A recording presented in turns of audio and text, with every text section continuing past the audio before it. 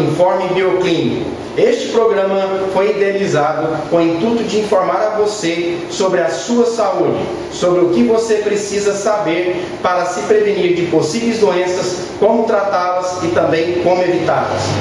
Hoje vamos apresentar a primeira parte da palestra, que foi ministrada pelo Dr. Carlos Eugênio Cavazzini, professor adjunto do Departamento de Parasitologia da Faculdade de Medicina de São José do Rio Preto, FAMERP, com o tema Clamídia, Neisseria e HPV.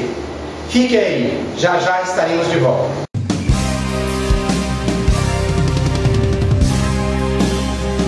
Estamos de volta. Morrinhos hoje tem mais ou menos 50 mil habitantes. Destes, 30 mil são sexualmente ativos e 20%, ou seja, 6 mil habitantes, pelas estatísticas, podem ser portadores da clamídia, que é uma bactéria causadora da uretrite, infertilidade, aborto, doença pélvica crônica, entre outras. Dr. Carlos Eugênio Cavazzini começa agradecendo a presença de todos e já apresentando o roteiro de sua palestra. Sejam bem-vindos e não tenham dúvida que para mim é uma grande satisfação vir aqui e poder não fazer uma palestra, né? A minha intenção é muito despretensiosa e simplesmente provocar um pouco de discussão a respeito desse tema, né? Infecções por clamídia e HPV associada à Neisseria e os métodos de diagnóstico, né? Então, eu sei que aqui na plateia nós temos médicos, vocês têm enfermeiras aqui, né? Ou seja, profissionais que diretamente estão em contato com pacientes, especialmente mulheres, né? Que potencialmente podem estar infectadas por esses dois agentes, cujo diagnóstico nem sempre é satisfatório e muitas vezes deixa a desejar para o médico e especialmente para a própria paciente, né? Então, o que eu pretendo hoje é, na verdade, estimular um pouquinho de discussão com vocês que lidam diretamente com esse assunto, né?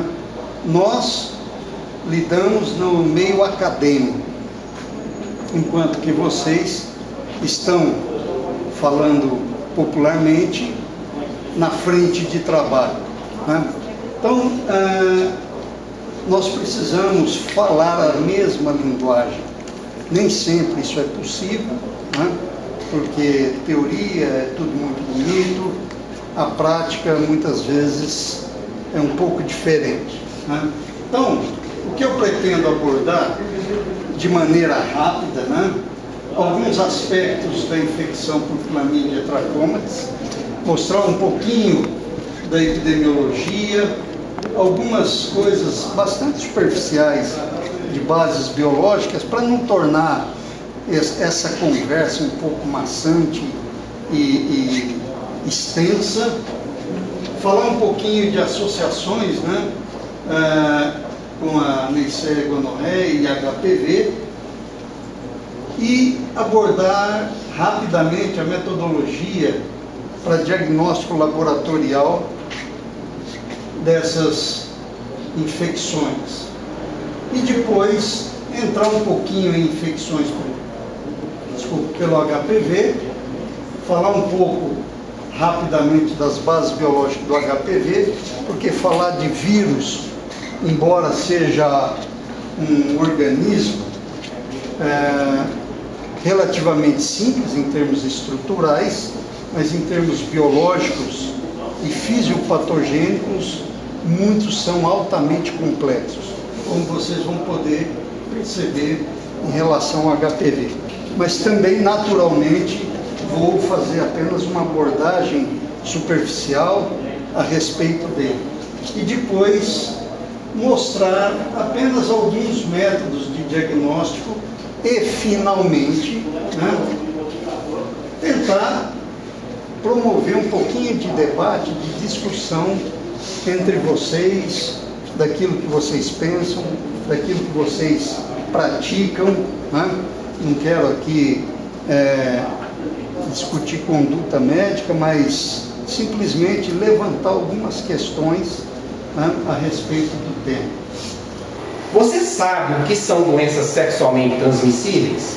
Dr. Carlos explica para você. Quando se fala em doenças sexualmente transmissíveis, muitos profissionais da área de saúde lembram de quê? AIDS, gonorreia, sífilis, herpes genital, condilomas e algumas outras infecções, né? No entanto, a gente sabe que nos dias de hoje, uma das doenças sexualmente transmissível e evitável e curável, tratável, né? E que é uma das infecções que mais se dissemina entre adolescentes e jovens adultos, é a clamídia trachomatis. Ela tem um poder de disseminação fantástico, né? Então, essa infecção, ela tem sido associada à Neisseria gonorreia, né?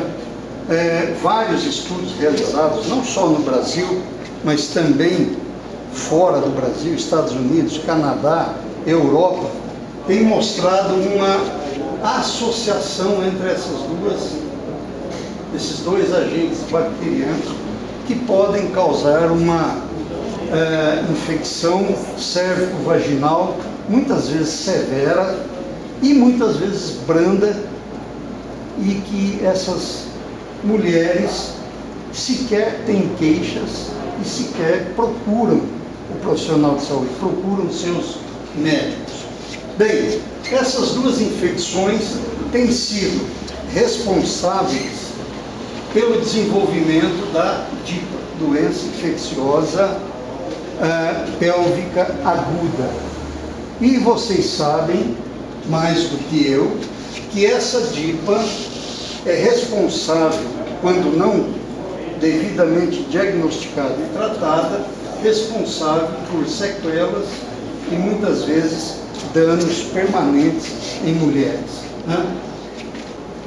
A infecção clamidial, ela é completamente assintomática entre 70% e 75%, podendo chegar até 80% das mulheres que as possuem.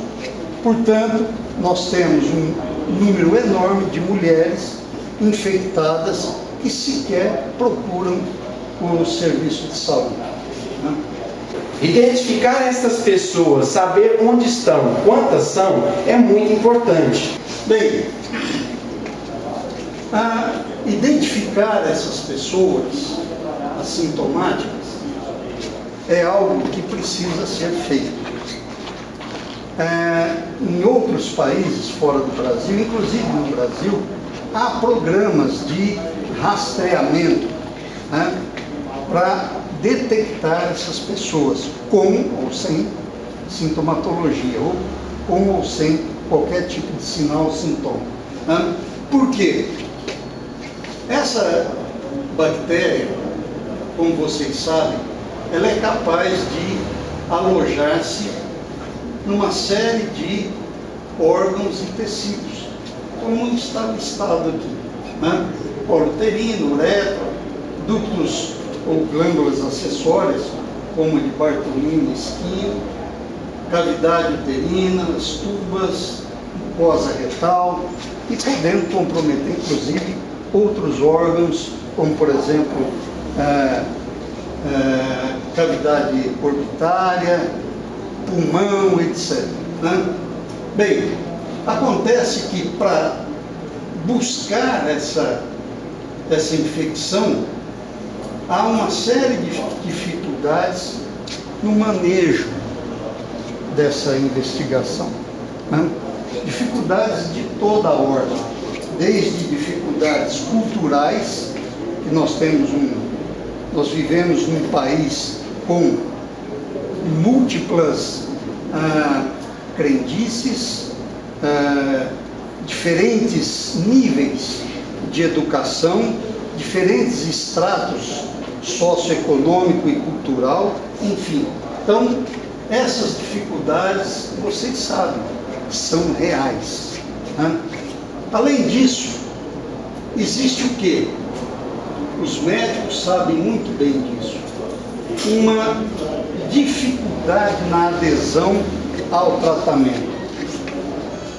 Você pode, médico, fazer um diagnóstico por meio de exames laboratoriais, comprovadamente detectar a presença desse micro-organismo.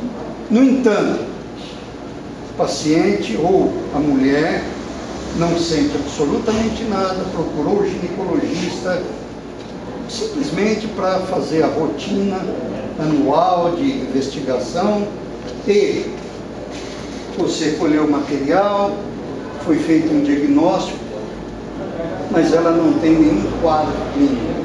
Então, você vai prescrever um tratamento, orientá-la, e ela vai dizer, dependendo do nível de cultura, de educação, né, que ela tem, até de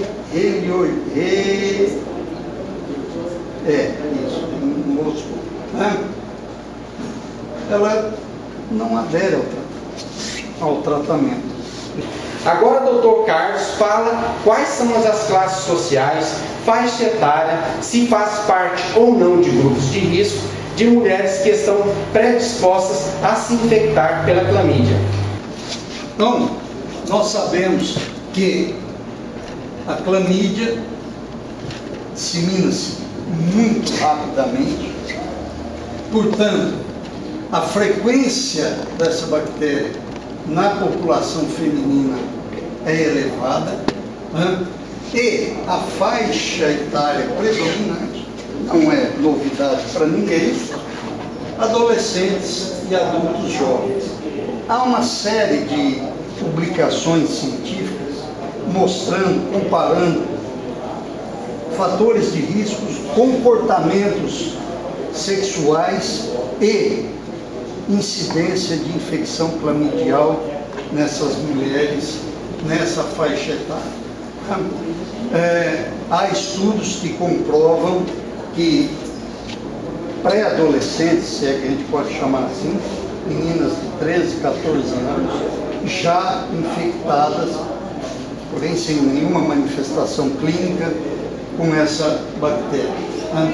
1/5 dos 250 milhões de casos surgem por ano, de acordo com a Organização Mundial da Saúde. Então, das doenças sexualmente transmissíveis que ocorrem no mundo, 250 milhões de casos novos anuais, 1/5 dele se deve à infecção por Chlamydia trachomatis. E essa infecção, além da DIPA, dor pélvica crônica, muitas vezes de difícil diagnóstico e tratamento e resposta ao tratamento, envolvendo esterilidade conjugal, vou mostrar isso daqui a pouco, endometrite puerperal. Há também o quê? Uma das questões graves, que é o trabalho de parto pré-termo, né? Então, um parto prematuro, com as suas complicações inerentes, muitas vezes, né? E muitas vezes com a perda de vida desses recém-natos prematuramente. Vamos agora para mais um intervalo e já já estaremos de volta.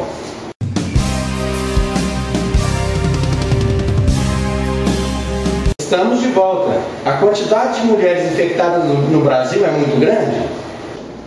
Um estudo genérico realizado mostrou que a prevalência de infecções cervicais no Brasil, em média, é de 15%, variando dependendo da região, e dependendo dos locais onde for estudado, do tipo de estudo realizado e até da metodologia aplicada, varia de 8% a 40% daquela população ou de uma determinada comunidade. Isso quer dizer o quê? 40% de mulheres infectadas é algo extremamente considerável, né? Sabe-se que de 50% a 80% dessas mulheres, já falei agora há pouco, 70%, 75%, podendo chegar a 80%, mas dependendo da região, dependendo do estado cultural, varia de 50% a 80% dessas mulheres infectadas e completamente assintomáticas. Mas o que são as bactérias Chlamydia neisseria? Como elas são constituídas? Essa bactéria, elas têm aqui a gente chama de afinidade, é um termo mais popular, mas elas têm, na verdade, são proteínas ligantes de superfície que se ligam a receptores, que são moléculas de superfície de células, especialmente do epitélio colunar, células endometriais, né, da endocélise. A associação dessa infecção com a Neisseria gonorreia varia muito, podendo ir de 40% a 60% em mulheres e de 20% a 40% em homens. O que muda? Muda uma série de características anatomofisiológicas diferentes entre homens e mulheres, né? Bom, esse quadro infeccioso, ele varia muito, desde manifestações as mais variadas, os médicos sabem disso muito bem, até quadros, como nós já falamos, completamente sem qualquer tipo de sinal ou sintoma, portanto, sem diagnóstico clínico, né? Nos Estados Unidos, lá o CDC de Atlanta fez um levantamento, publicou isso, e mostrou o seguinte, que a infecção por Chlamydia trachomatis, como eu já disse, é de elevadíssima capacidade de disseminação e é considerada por eles um dos principais centros de diagnóstico no mundo de doenças com maior número de casos do que qualquer outra doença sexualmente transmissível, superando inclusive o de HPV, que é extremamente elevado, como eu vou mostrar daqui a pouquinho. No entanto, eles mostraram que em várias áreas do mundo onde instituíram programas de screening, né, perceberam que houve uma queda extremamente importante, bastante significativa da infecção nessas populações. Como podemos diminuir essas infecções? Com programas de assistência médica adequada, sistemática, né? Diagnóstico laboratorial com elevadas taxas de sensibilidade e especificidade. Portanto, quando se soma um programa de assistência médica bem elaborado, em que há um envolvimento multidisciplinar da área de saúde, associada à metodologia de diagnóstico com elevada sensibilidade e especificidade, é possível, não só em infecções por clamídia, mas como para qualquer outro tipo de doença parasitária, controlar a elevação dessas disseminações desses agentes, né? Tabela feita pelo Dr. Carlos mostra com detalhes os percentuais de mulheres infectadas pela clamídia no mundo, no Brasil e em Goiás. Essa tabela, na verdade, ela resume uma revisão realizada em 150 artigos publicados nas mais importantes revistas médicas mundiais, e eu peguei algumas regiões, né? Desde os Estados Unidos, a frequência aqui está em porcentagem, aqui estão alguns dos principais pesquisadores que fizeram esses trabalhos, né? Veja que tem coisas que não é tão recente assim, mas essas coisas provavelmente mudaram para pior, infelizmente, em determinadas áreas, né? Então, por exemplo, em 2004, na Espanha, o Franceschetti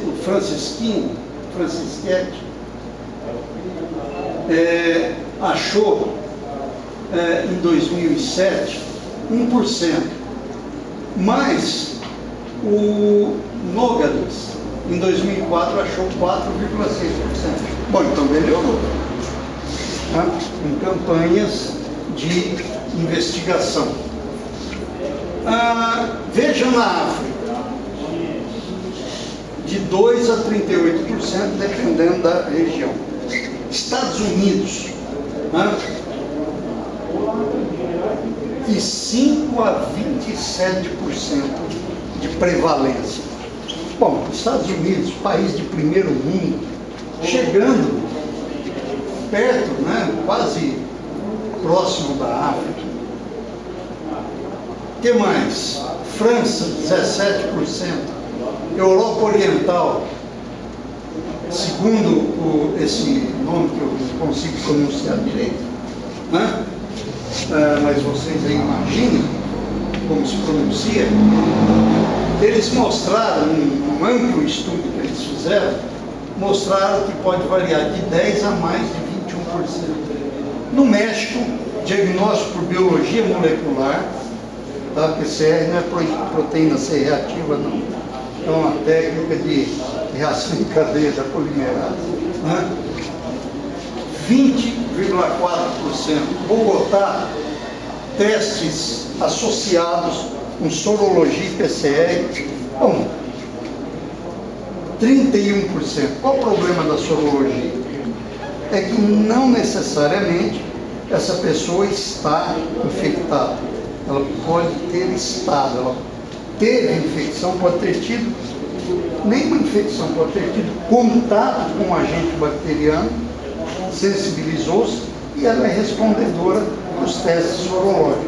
Mas, somando sorologia e PCR, detectaram 31%. E no Brasil, dependendo da região, de acordo com esses autores aqui, ela pode variar de 9,4% a 31%.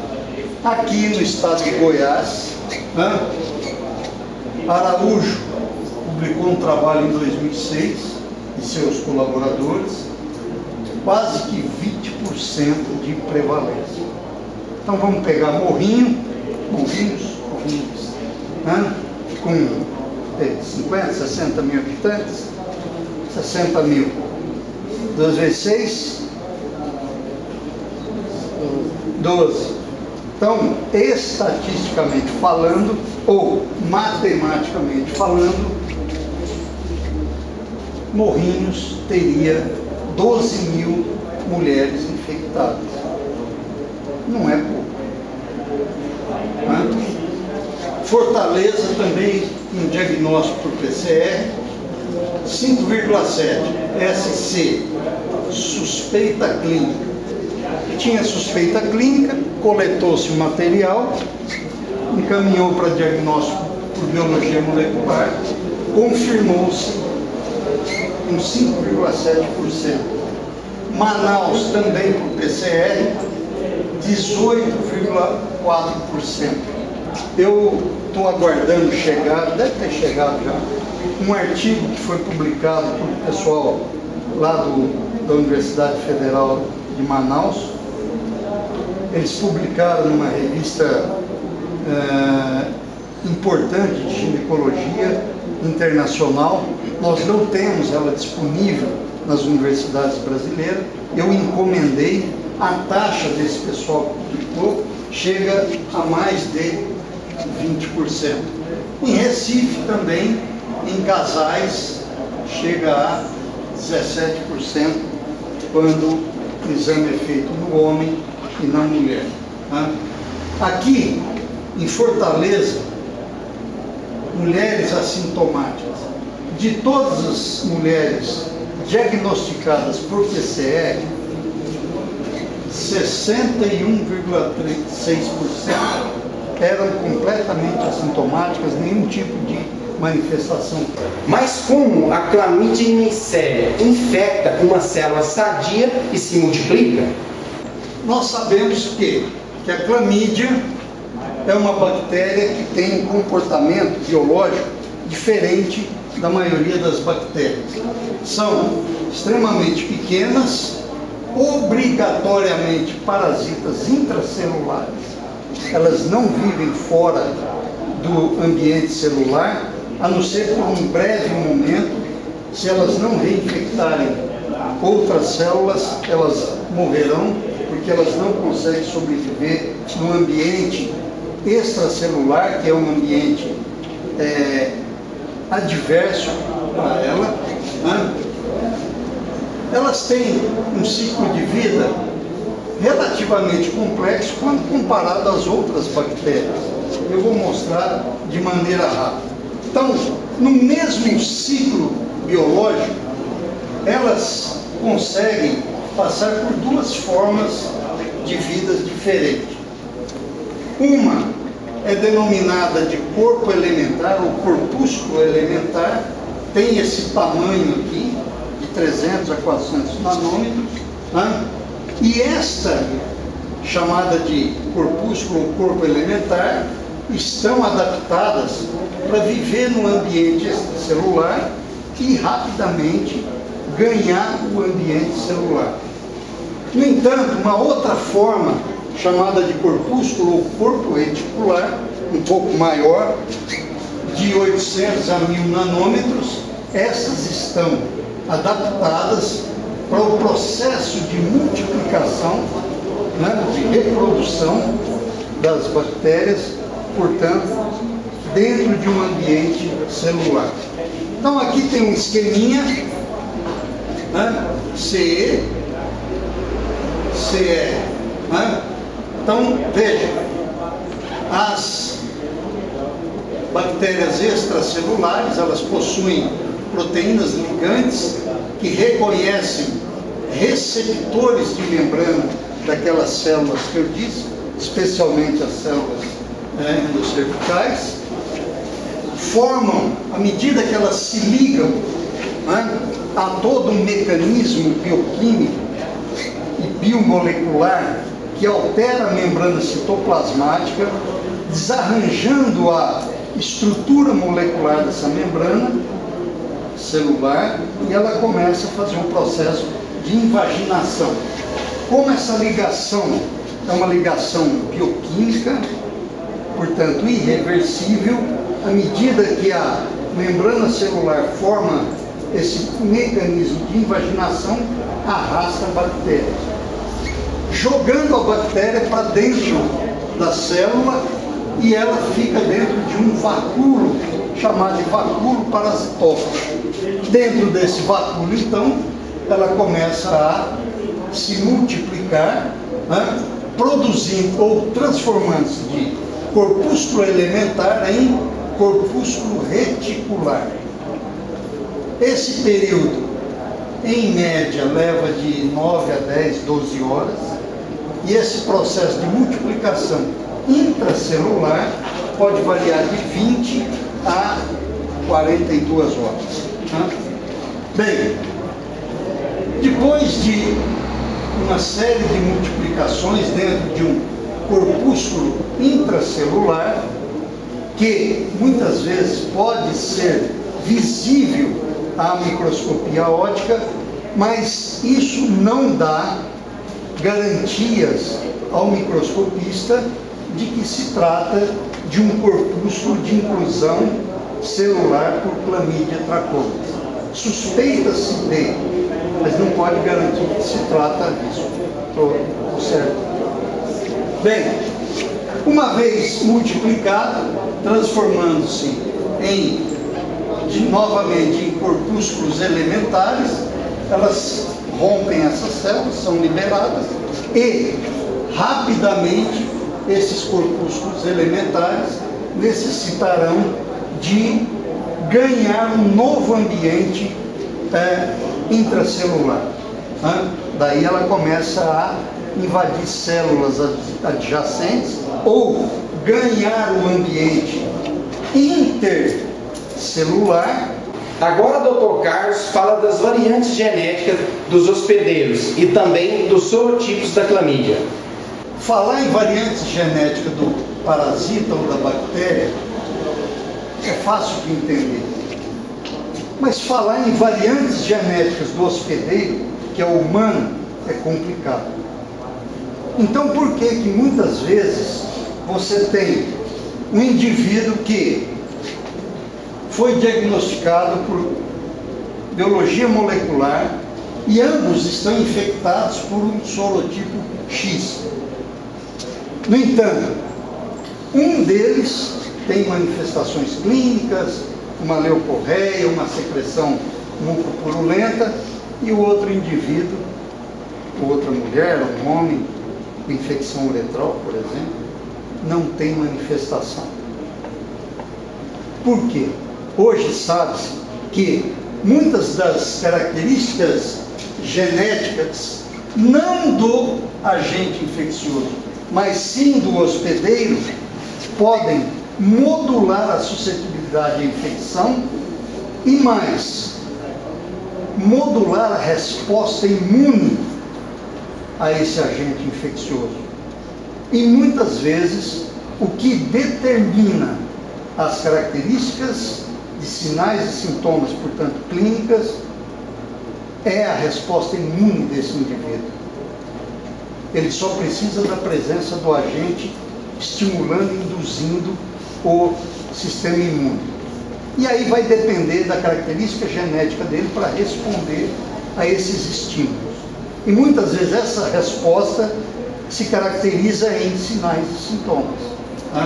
Bem, então dependendo dessa variante genética, nós temos isso que eu acabei de falar. Diferentes manifestações clínicas, diferentes tipos de condições clínicas, desde o indivíduo completamente assintomático até casos extremos, importantes, graves, com uma manifestação clínica exuberante. Bom, então, só para rapidamente mostrar alguns sorotipos de clamídia, aqui não vamos discutir, Isso aqui deixa para outros profissionais. Mas nós temos sorotipos ABC de D a K, L1, L2, L3. Todos ocorrem em humanos e os diferentes sorotipos causam diferentes manifestações ou patologias nesse hospedeiro. Então essas daqui, tracoma, de D a K, as cervicites, uretrites, protites, conjuntivites, pneumonias, e as L's, o linfogranuloma venéreо. Daí o símbolo é. Vamos para um último intervalo, mas é rapidinho, fiquem aí.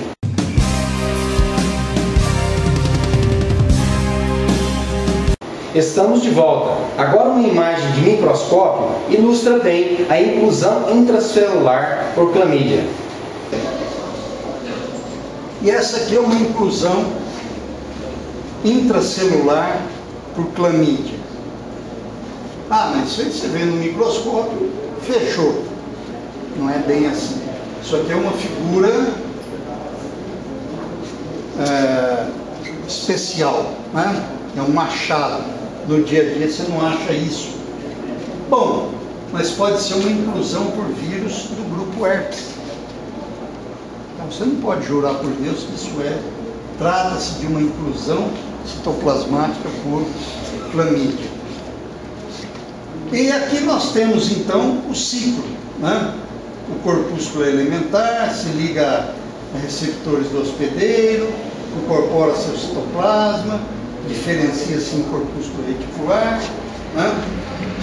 Sofrem uma série de multiplicações, utilizando o ATP da célula. Os recém-formados condensam-se e formam novamente o corpúsculo que vão ser liberados para novamente infectar novas células. E aqui um esqueminha muito semelhante àquele, né, que eu mostrei, um pouco mais elaborado, mostrando esse ciclo de vida. Alguns permanecem, né, ficam remanescentes, e os elementares rompem essas células e são liberados para o ambiente e vão infectar novas células. E aqui novamente, né, uma figura de clamídia, sabe-se que é clamídia porque o diagnóstico é feito por biologia molecular. E aqui uma célula que tira o sono muitas vezes dos citopatologistas ou dos microscopistas, né? Por quê? Aparece muito inclusão intracitoplasmática clamidial, mas parece também inclusão do grupo herpes vírus. E você não pode ter certeza absoluta de que se trata de dessa ou daquela. Quais as principais implicações clínicas? Tem um período de incubação aí variável, de 1 a 2 semanas, né? As portadoras assintomáticas, mais ou menos uma coisa repetitiva. Elas têm uma ascensão ao trato genital superior, em torno de 8% dos casos, e que resulta em doenças infecto-parasitárias, deixando sequelas em até 30% dos casos. Na gravidez, ectópica, em dores pélvicas, na gripe. E quais são os sintomas de quem está infectado pela clamídia? Os sintomas, quando surgem, né, muitas vezes são vagos e inespecíficos, daí a necessidade de um exame complementar, embora a clínica seja soberana, a gente sabe disso, mas muitas vezes o clínico ele não tem condição de afirmar esse diagnóstico, né? Então, eles podem se manifestar na forma de disúria, leucorreia, um discreto prurido, pode ser causado por uma série de outros agentes, né? Não é algo específico, né? Patognomônico, não. Essa infecção é por clamídia, não, né? Bem, o exame ginecológico muitas vezes oferece pistas, né? Devido a esse tipo de leucorreia, muito purulenta, muito turva, um colo uterino friável, que sangra de maneira fácil, principalmente quando se utiliza a pinça de Cheron para fazer uma colposcopia ou mesmo uma coleta, uma ectopia cervical. Então, esses sinais podem sugerir a infecção de clamídia trachomatis. Aí você suspeita encaminha esse material para o laboratório, seguindo certas normatizações, como de Bethesda, e que diz que a frase utilizada qual é?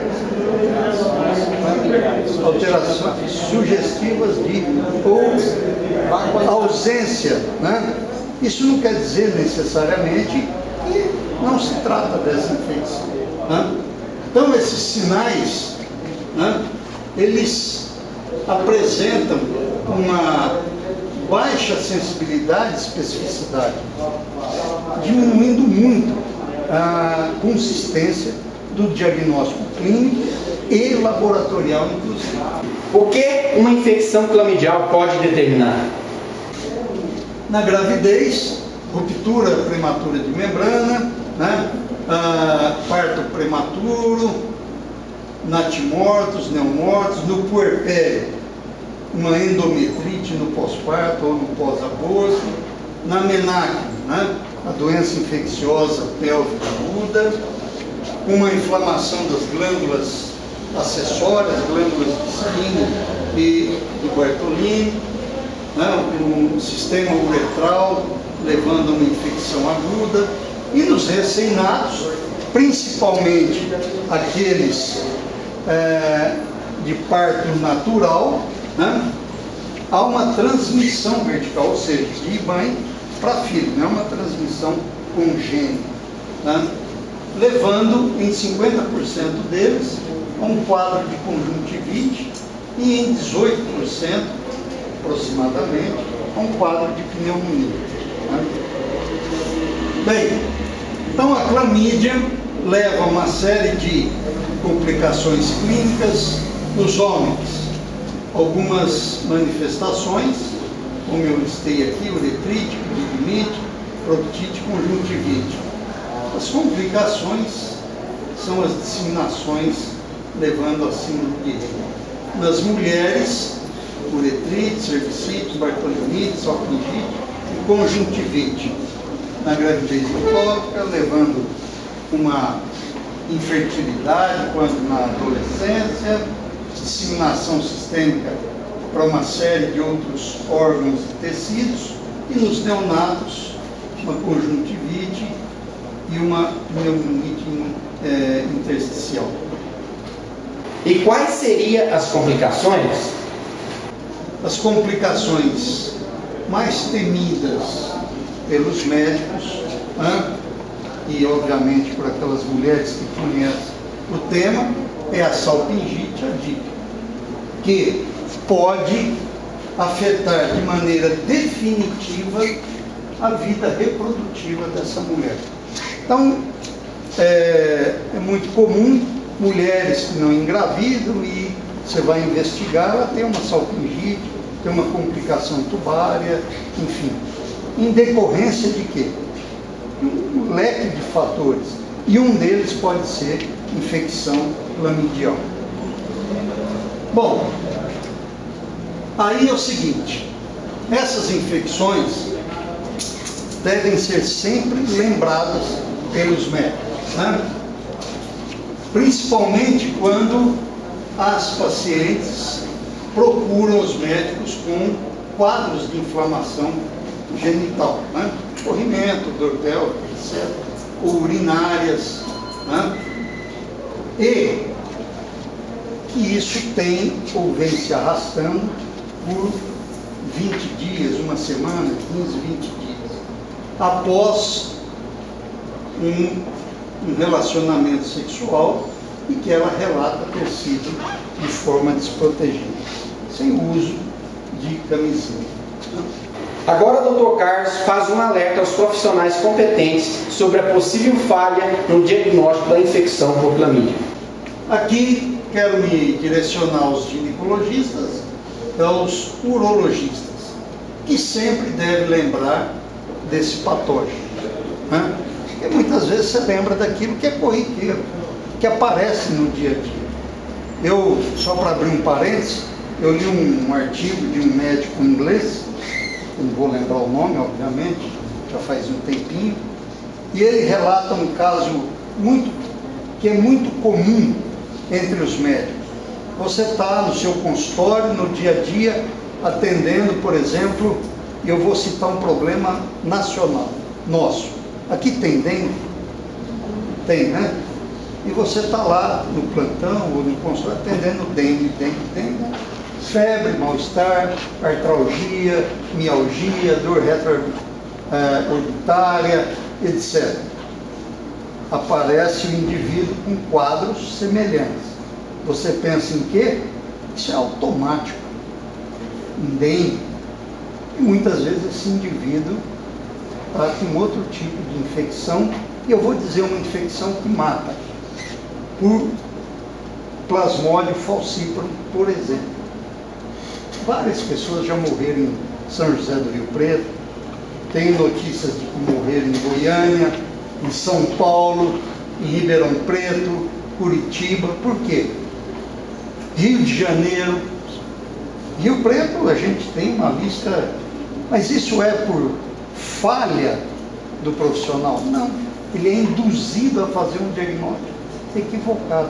Porque é o dia a dia dele, isso é nato do ser humano. Aí, principalmente se você pega um médico que está de plantão, num serviço ambulatorial, numa unidade básica de saúde, enfim. O indivíduo volta, já não é você que está mais ali. É um outro médico, é uma outra história, enfim. E o indivíduo pode evoluir para um quadro grave e às vezes morte. Diagnóstico errado. Não, diagnóstico equivocado. Por quê? Todo dia você está atendendo 10, 20 casos com dengue. Aí aparece um cara igualzinho, você pensa em dengue. Então aqui, especificamente no caso de infecção por clamídia, lembrar sempre o quê? Que essas pessoas que procuram seus consultórios, os ambulatórios, enfim, com algum tipo de sintoma semelhante, pensem também na possibilidade de infecção clamidial. Por quê? Além disso, existem os portadores assintomáticos, que só poderão ser diagnosticados por meio de exames laboratoriais, não tem manifestação clínica. Então o paciente vai no ginecologista, coisa de rotina, olha o material, e na citopatologia a sensibilidade e especificidade é muito baixa. Principalmente a sensibilidade é baixíssima. Não é um exame de escolha. E os outros exames, a gente vai mostrar daqui a pouco, e tem também problemas para isso. Então a Organização Mundial da Saúde preconiza o quê? Que o diagnóstico para clamídia deve ser realizado de maneira precoce, antes que essa mulher, por exemplo, desenvolva a díphtere. Então, sempre pensar nessa possibilidade. Goiás, 20%. Então, se você tem 100 pacientes na semana, matematicamente, 20 pode ter infecção por clamídia. Claro, isso é estatisticamente falando. Pode ser que nenhuma tenha, pode ser que 80 estejam infectadas, E assim chega ao fim o nosso primeiro programa Informe Bioclínico. Esperamos ter a sua companhia aqui conosco durante todos os programas. Aqui teremos vários assuntos que temos certeza que são de seu interesse e também de sua família. Uma boa semana e até o próximo programa.